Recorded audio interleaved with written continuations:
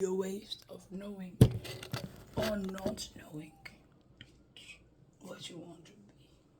But some people are taking their time to do that. This is America. And if you are American, like any other land, things come and go.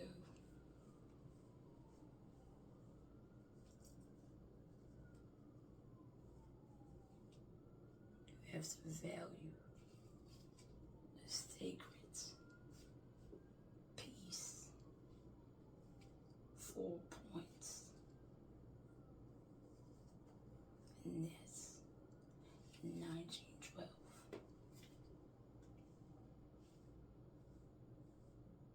Truce peace. Before Switzerland continued, America only entered the war in Normandy. And that's my family's name, Norman, Pastor Norman.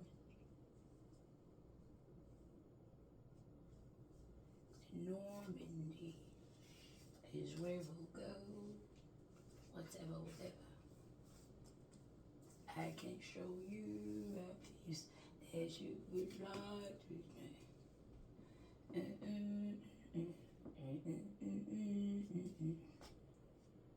Whatever, I don't care, whatever.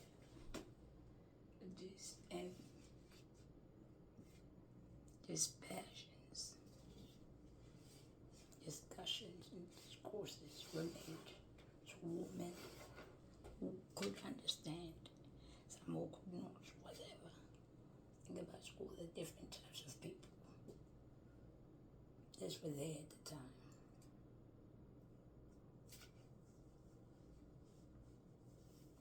So you don't have time. Black people, to be blind. An eye for an eye, what makes the whole world blind.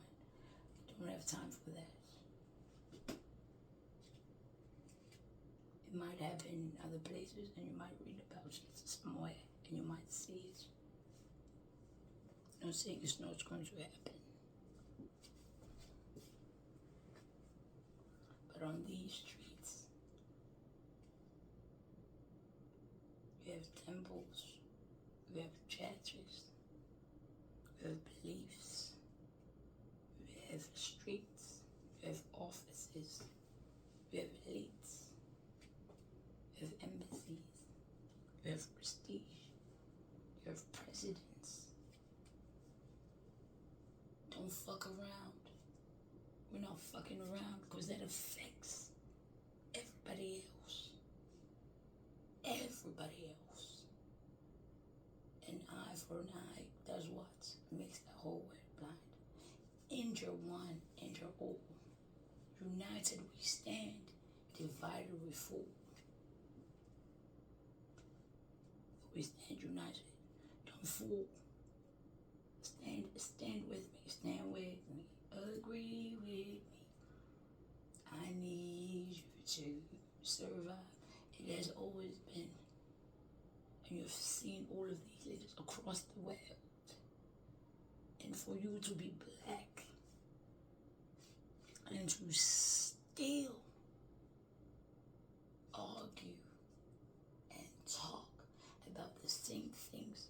There are black people living in mansions, and they always have. There are white people living in mansions now. White people that may have been, they have disabilities.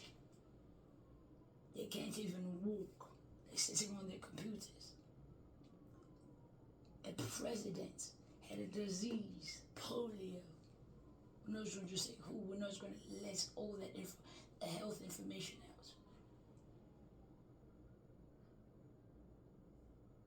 A disease that affects your ability to walk. At least a black man become a president too, and is on a wheelchair. having a former a white president having a disease, a pandemic, an epidemic that may it did and may have it luckily got contained, did not get spread. So now people start closing their areas. I don't want that. People walking like this, rolling to that, and people giving out this and working on their arms and legs and what's and presidents and great people, of course, health being measured, their arms, their length. Whether you have whatever Crohn's disease, Parkinson's, this and that, measuring the fingers, the length of their arms, their ability to do this and that. You know, them not only as being white or Indian now you even have Mexicans now coming in to do work, and you're over there, you're sitting there. What are you waiting for is the question. Are you waiting for somebody to teach you how to build your own place, how to get your own rights to land? Now you have rights. How to utilize your time.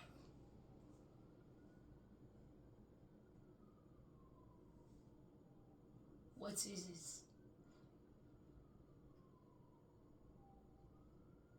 Now we have all these other people. You have an Indian, and Jamaica,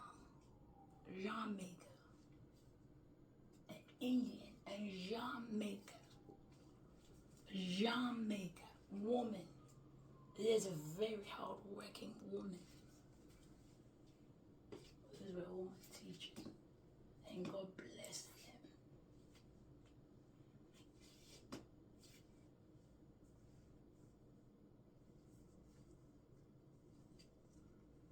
They built things straight out of the ground, straight out of an island, straight out of absolutely something to come. But at least in so many other places here and there, this was this way and this was that.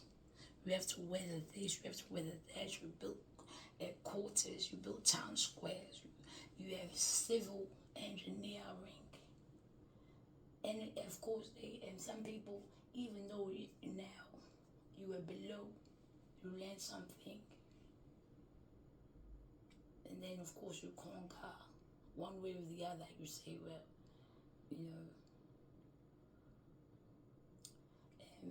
according to my beliefs and scripts that I've seen, and the spirits, and the worship, and the praise, and the ways, the economy, the informal economy, the community, this and that, community is going to be. So now we say, how many of us is here? And then we say, they want to say, it's 23%.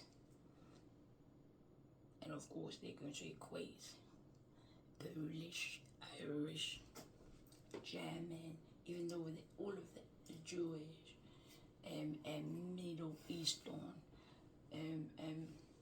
Asian, Mexican, all of them into a 1% of either than black, because the history of being black is that you are a man and you have seen yourself in the mirror, in the river, in the faces of your family, in your children, in your clan, in wherever. Nobody has to say to you,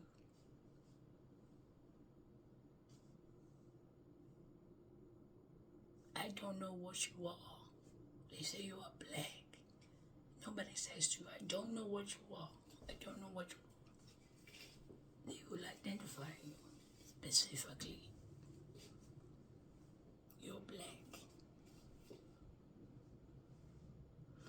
Black people too. They don't mistake you. They will never mistake another black person and say, I don't know if you're black or not. They say, oh, that person is black, but got a little bit of this and this. Everybody is a consensus. So we have that clear. But for others,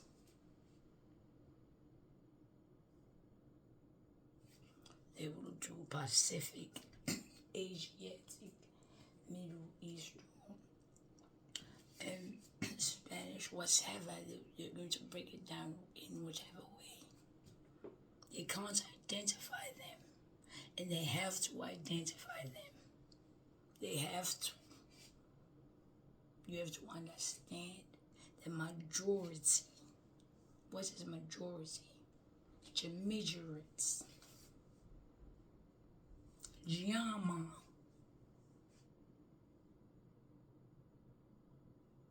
Coming out of what's this, and this, there goes which way and that way. Having not established issues of adoption, foster, guardian, this and that, and children working out somewhere and like in the 1500s in England, and people getting lost and doing this and that, having not established that, so we know we have the tribe, the borders, whatever, it's all established. They know.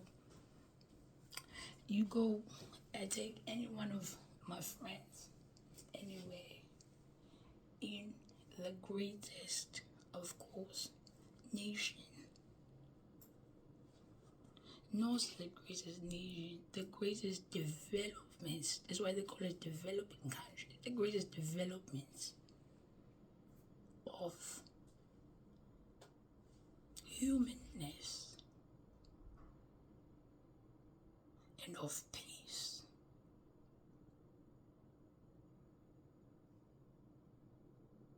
And so they'll say black power or black this and that. You go somewhere like India and you go somewhere like China. You think about those things. Now we have had people go in there. And they are, of course, one way or the other distinguished, two within themselves, but striving to be one. Striving to be one, of course.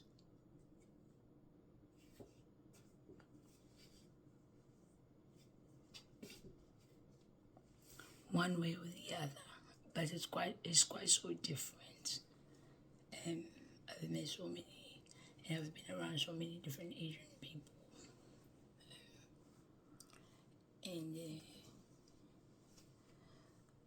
they're not going to tell you anything, of course. They're going to speak in a very mannerism way. They're going to fear the ins and outs of those that hold whatever they know and what they don't know. And that is that, one way or the other. I know in history you have dynasties and whatever. I'm not going to go further into it. We don't want to go further into it. Because it's a preservation, you know. They of course have gone everywhere. They already have been everywhere. They're just saying to you now, oh, now we're going here to Australia and New Zealand. They already have been. They're just saying now to you. They're expressing is now speaking in English. They're speaking to you, because they want to invite you. They want you, and most people that are in commerce and communities of entrepreneurs and enterprise and trade, travel and freedom must be able to read. They must be able to read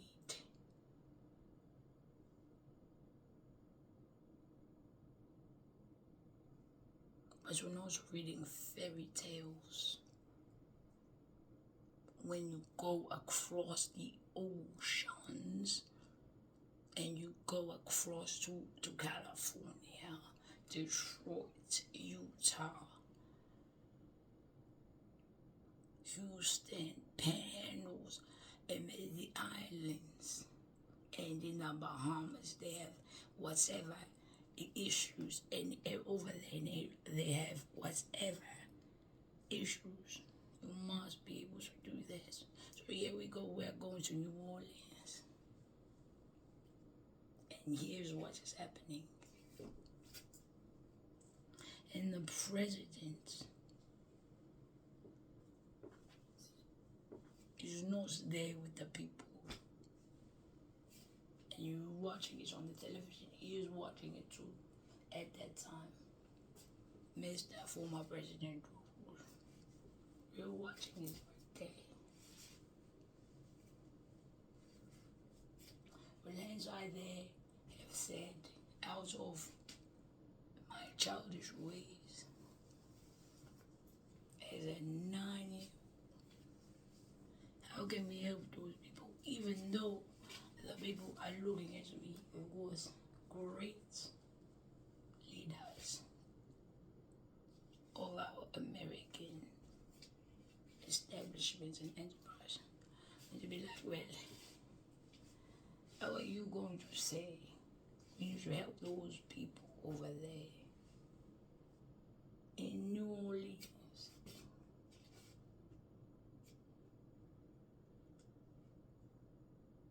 And you are in the east wing of the White House,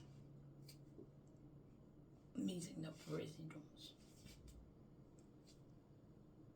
And you have flown thousands and whatever.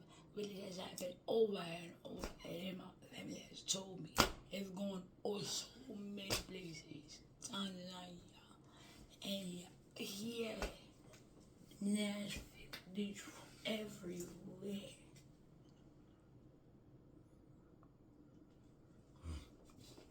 With the calling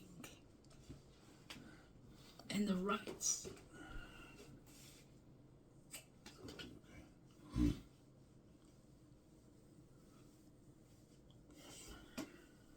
And Mr. Former President said to me, you only need to think about yourself. You cannot help. And it was a very, very good advice. I never thought about it before. Or when you live in a community of grassroots movements, and you see people that are disabled, elders, and some very competitive, very big messages, and all this and that, and so you're lavishing in your profits. So you see, as a young person, you see how people lavish in profits, but you also see that despair, and you see somebody that is listening to you and is showing you kindness and love, and also happens to be a man or whatever, and lives in a hut or lives in a mud house. And there they go with that great 120-something-year-old black woman with blue eyes. A secret. So now they turned it into a school elective. At my school, with Mr. Former President Bill Clinton spoke at Zed Brimmer and his wife too. Excuse me.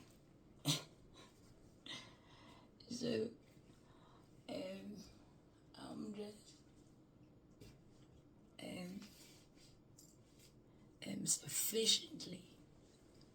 suffice to say, it is enough. There's a suffix, there's a supra, there's superpower, there's super, there's supper, there's fed up. That means no more.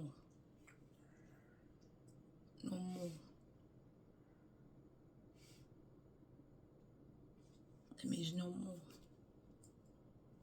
And the answer is you don't have an excuse. We have checks and balances. You don't have an excuse. If there is an excuse, you have to have transparency.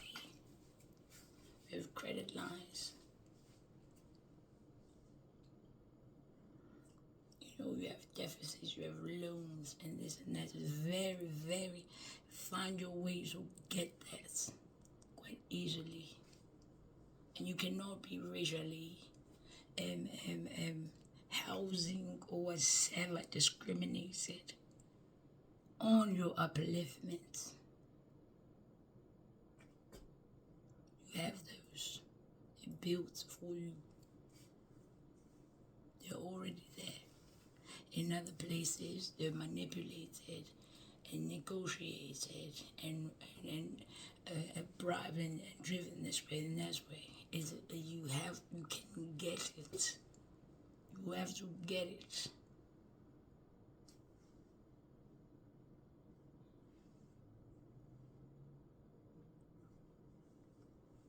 And most importantly, what is neglected in our history is the security, of course. We all need that. We all can fight. Everyone can. We all can shoot. We all can stab. We all can slaughter. We all can mobilize. We all can fire. We all can do what must be done in fear for your own self, for your life, for your family, and for your children. But you're not. That's why we have different degrees in the law. And we have plenty of black people that have done that. So you ought to know it. You ought to know it. Plenty that speak even further. Now you even have people that don't even speak English or even have immigrants or whatever they are operating in law enforcement. And you mean to tell me that you don't know the law? So what is it? What is it? Is it grants? Government grants? Because you can get those subsidies.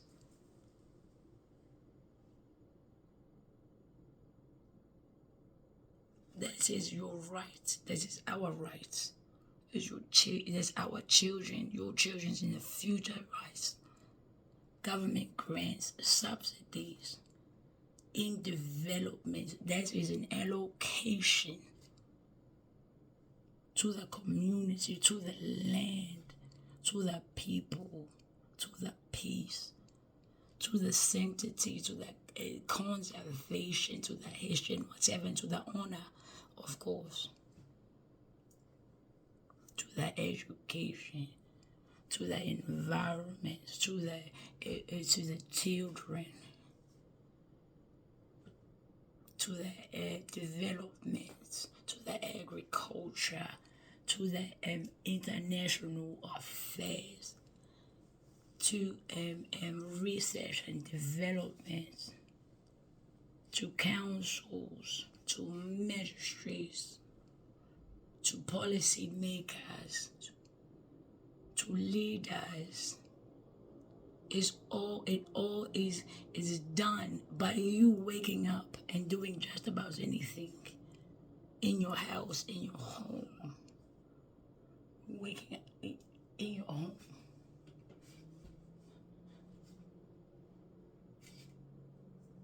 At least there I cannot do much more than I am required of, but shall I hence there do even more than I can? Then that's a different type of reaction in me. Hence there is that normalized? Is there a reason for me to go through that? So all of it has been established already. You have scholarships, you have grants, you have people are doing this stuff for free.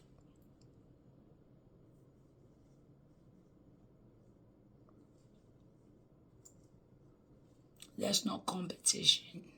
In order to wake up and feel like you can do something and participate. Do something and participate in your community, in your environment, and wake up as a person. And I'm waking up. Oh, I just woke up. Oh, I have to go to work. I have to go to school. I have to take care of my children. I have to take care of my family. I have to do this and that.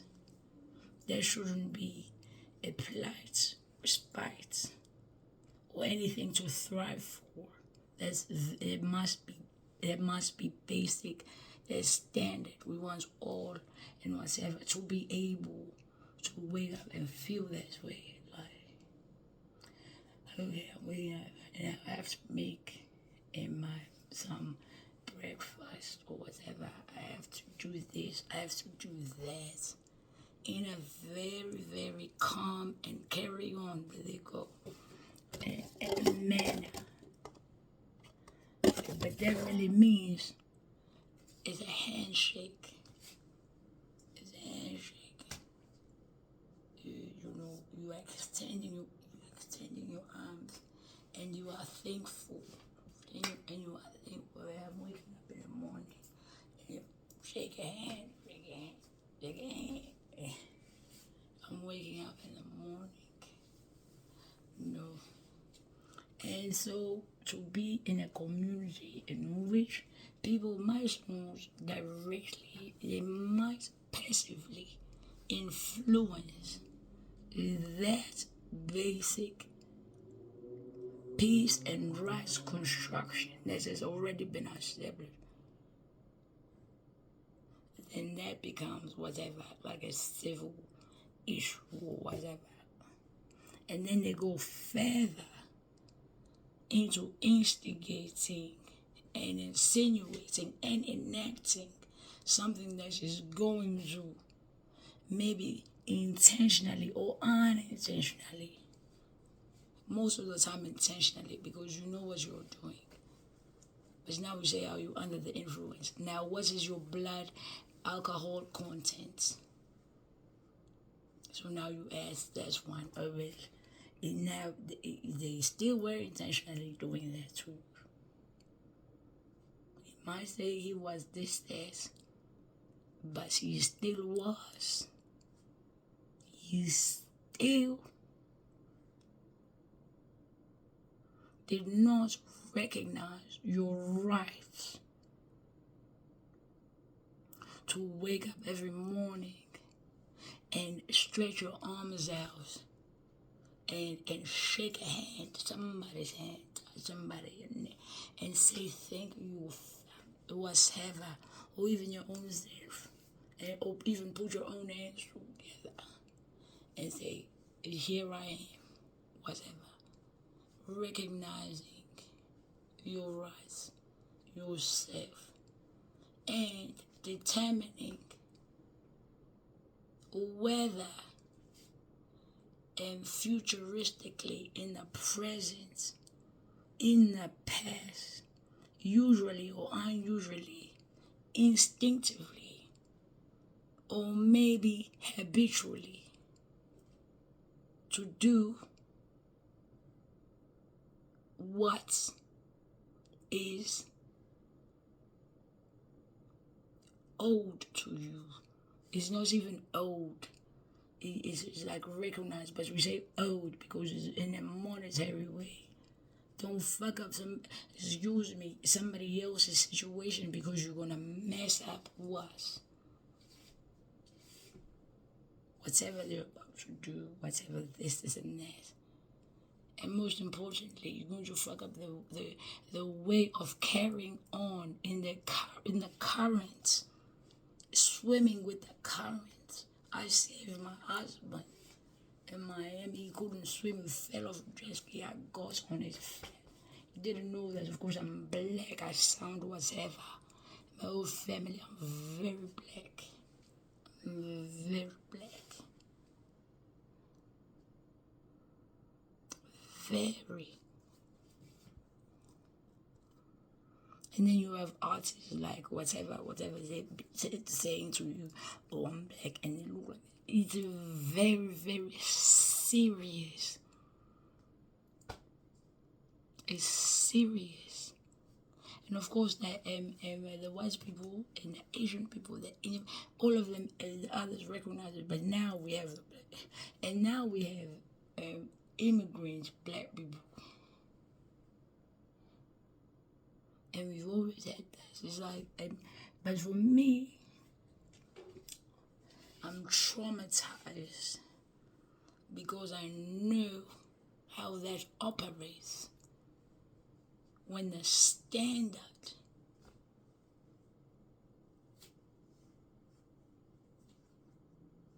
for anything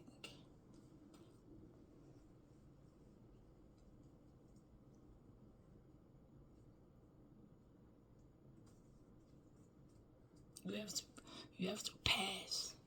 You have to. There's a standard. You can't cheat. You cannot make it up. You do it right, the right thing. Live right. And then God bless us. And hopefully I make some money out of this video. Thank you. And God be with my child, and God be with you, and of course my family. They got themselves together. They already been through many atrocities, and they are none of your business. And you also know about this. My family has very, very much. So, and most black people, they will hide that from people. I'm not going to tell you. See what you're seeing, well, there you go. You are still happy, aren't you? Shall you know even how much more shall you know? And to build your own nose, they used to say, I have low self-esteem. Your own presence and the value of happiness, day by day. And the sun shines on the whole community. It doesn't shine on one person. It's not a spotlight.